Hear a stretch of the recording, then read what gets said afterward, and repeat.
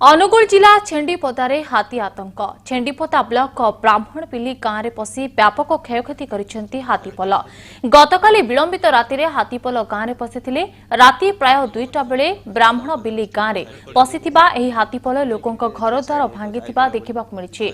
गांवर नालू नायक घर भांगिदेबा सह नालू को आक्रमण मध्य करिसेंती। एहा सह हाथीपल गांवर अनेक लोकों फसल नष्ट करथिबा मध्य सूचना मिलिछि।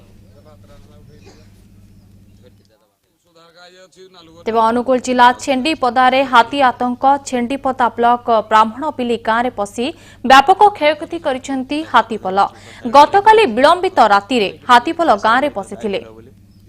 तेज संपर्क में अधिक सूचना फोनलाइन रही आम प्रतिनिधि तपन दास। तपन जेभली भाव अनुगुल जिला छेंडीपदारे हाथी आतंक देखा मिली ब्राह्मणपिली गांव में पशि हाथीपल किछि घरद्वार भांगी जनक आक्रमण किभली रही हाथीर उपद्रव।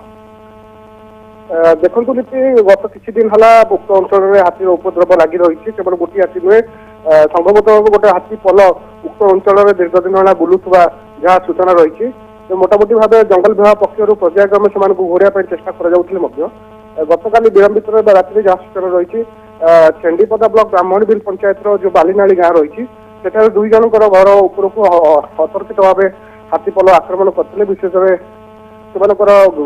को भांगी देते घरे खाଇବା उद्देश्य से घर भांगी अनेक धान फसल से खाई विशेष यही समय जो घर भंगा समय उक्त ग्रामर दुई जन आहत होते प्राथमिक पर्यायर मुख्य चिकित्सा को चिकित्सित प्रायतः सुस्थ रही तथा संपुक्त अंचल में एक आतंक खेली।